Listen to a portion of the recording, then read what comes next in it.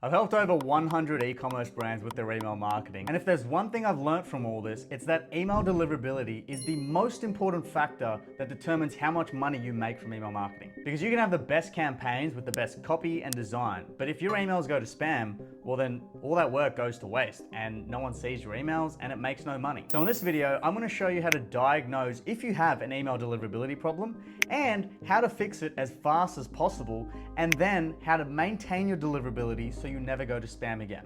So first things first, what is email deliverability? And there's a lot of jargon out in the industry, but I'm going to simplify it for you. It's basically, do people receive your emails or not? That's it.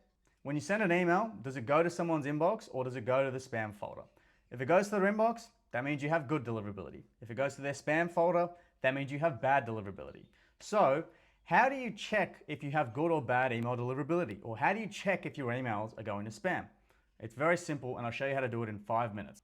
Okay, so to run a test, it's super easy. You just go to glockapps.com and you're gonna go to this free spam checker and you're gonna copy this email address.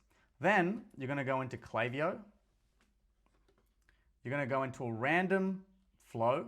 Here, we're gonna go to edit over here, and we're going to preview and test.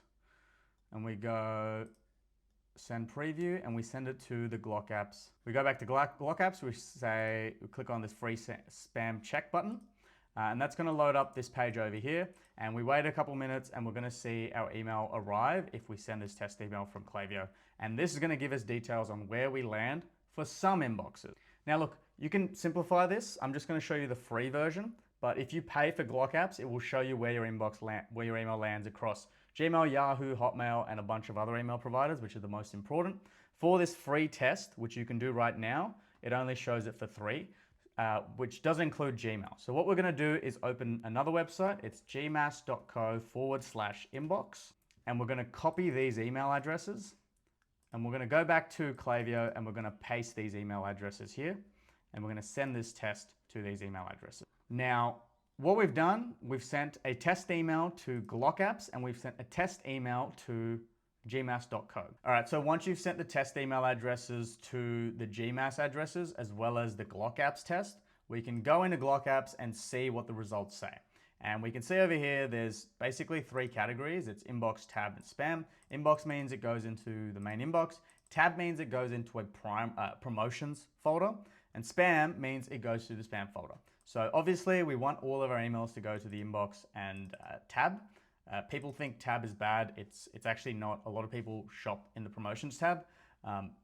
If we can have primary, that's ideal. But again, most big brands go to the promotions tab, and there's not really a lot of hacks available which consistently get you to the primary inbox. So this is good. If you go to the inbox or tab, that's fine.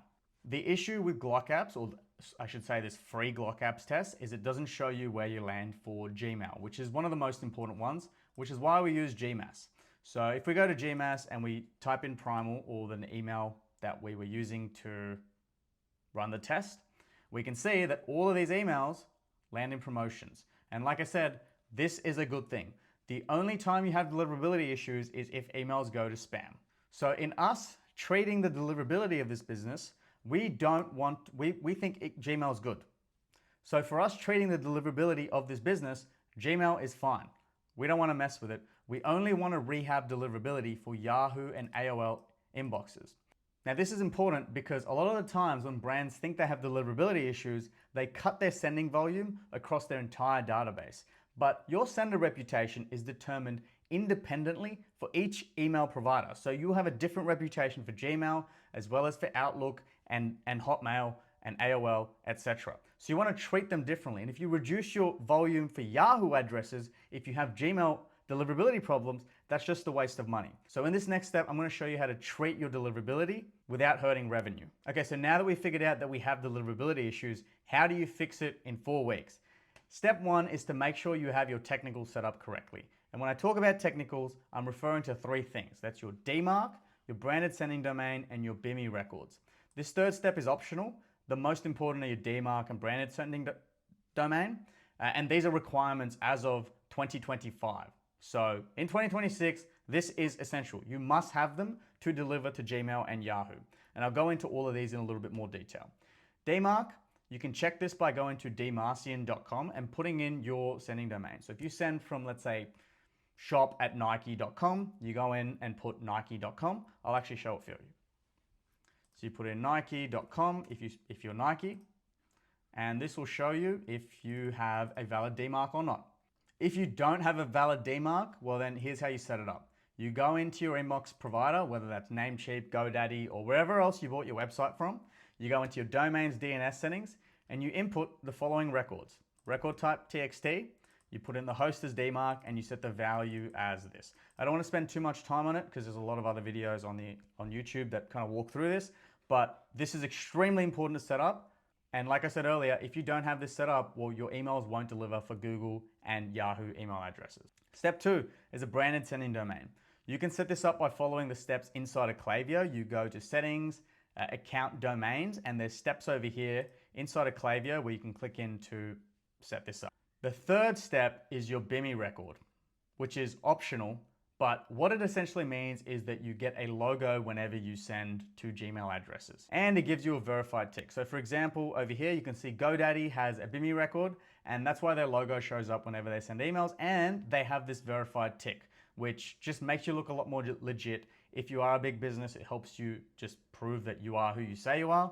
And if you're a smaller business, it helps you stand out from everyone else. The only cost of this, it costs $1,500 per year, but I have really never seen a business that has this record go to spam. So it might be worthwhile for you. Now, step 2 is you follow this sending strategy on the domain where you have an issue. So like we said before, let's say you have an issue with Gmail, for example.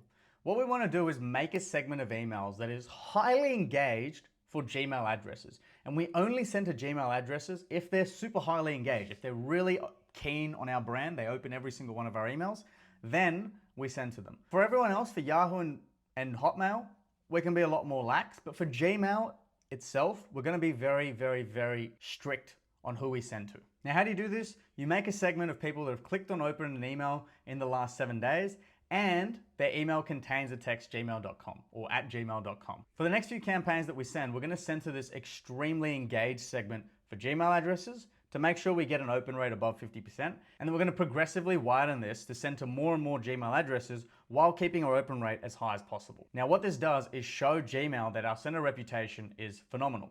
Everyone that we send to on the Gmail network seems to be opening our emails. So that boosts our sender reputation. It shows Gmail that we're a trusted sender. And when we send to more Gmail people, it's going to send more of our emails to the main inbox. So I'm going to show you exactly how to do this inside of Klaviyo.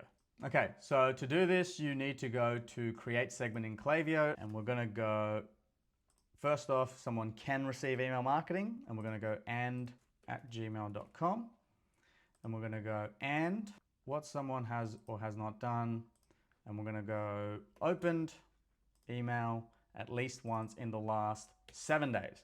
We start with 7 days because it's super highly engaged, and then we click this clone button, and we make sure the second condition is or, and we go clicked at least once in the last 7 days. So what this essentially means is this is going to be Gmail addresses that have opened or clicked an email in the last 7 days.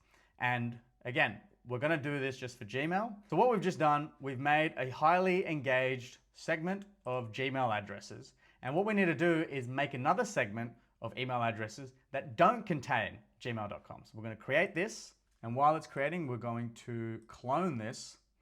And we're going to go, does not contain the text. And this could be our normal engaged segment. We're going to make this 90 days over here. Or generally, just email rules. You should send most of your campaigns to an engaged 90-day or engaged 120-day segment. We do that. Doesn't contain gmail.com and open campaign. Now we have 3,000 people on this. And that's the 2 segments you need. So now I'm going to show you a walkthrough inside of Klaviyo on what it looks like to actually use these 2 segments and repair your deliverability over time.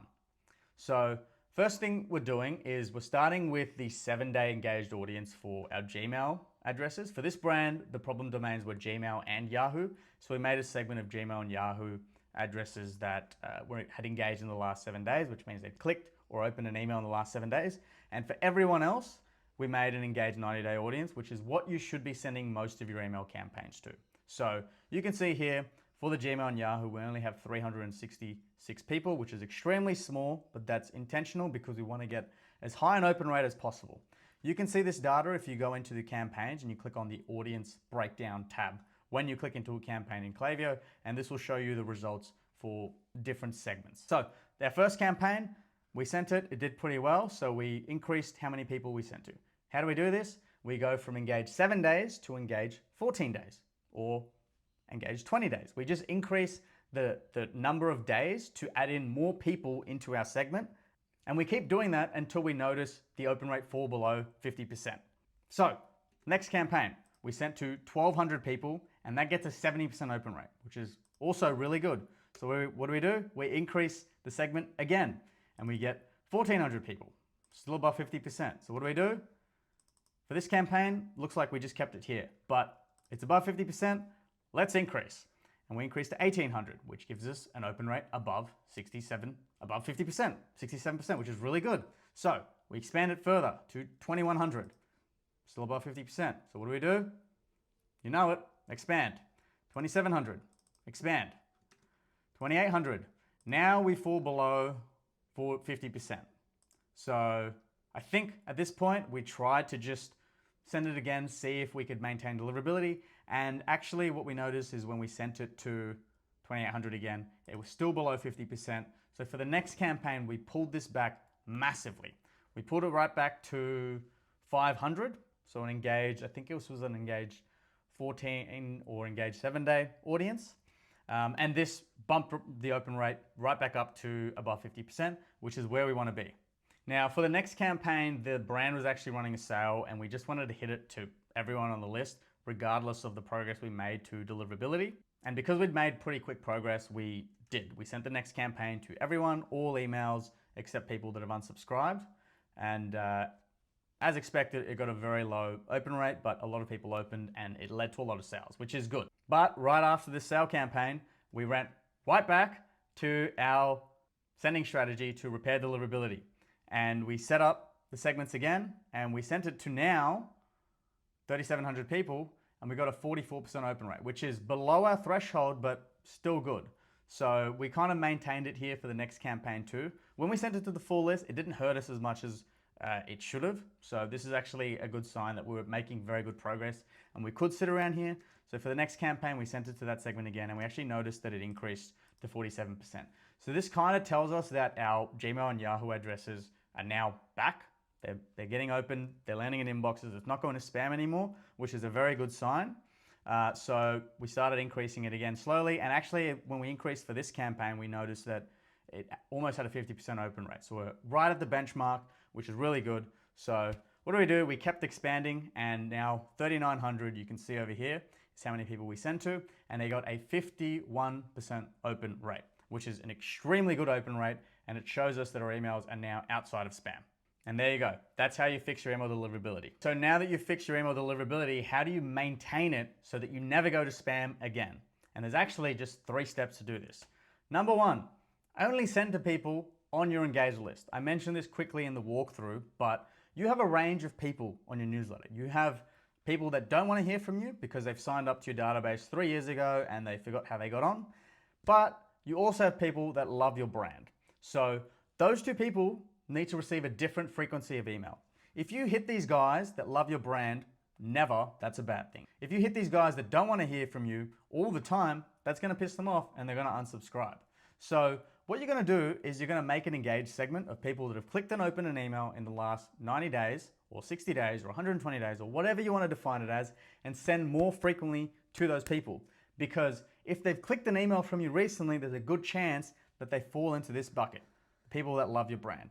For these people that don't want to hear from you, you either want to hit them significantly less frequently, or you want to suppress their profile so you never email them. Now, generally, I'm not a fan of suppressing profiles unless it's for billing reasons and you want to keep your Klaviyo bill lower. I think you may as well keep these people on your database and just hit them every so often when you're running a sale or you're launching a brand new product. I think it's worth keeping them on your list because there might be a chance to win them back to buy from you again. However, if your Klaviyo costs are rising, you can just suppress them, but that's personal preference depending on how you'd like to run your account. Now, step 2 is to send consistently. If you send campaigns too often, people will unsubscribe. You're going to annoy people, and that's a bad thing. If you send campaigns too infrequently, well, then people are going to forget about you. So try to find a cadence that works for your brand where you can actually stick to sending X amount of campaigns per month so that your audience knows when you're going to hit them and they can expect your emails. And generally what we find is that if you send more campaigns, that will lead to more revenue, but there is a point where your unsubscribe rate starts to increase if you send too many emails in a week. And so you want to kind of hit that point before it increases and just maintain it there and send that volume of campaigns. Again, this also depends on your capacity. If you can't commit to sending 3 emails a week, don't send 3 emails a week. If you can only commit to sending 1 email a week, send 1 email a week.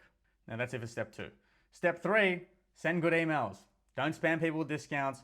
Make sure the emails you send are valuable and they're useful to people's interests and their purchase decision.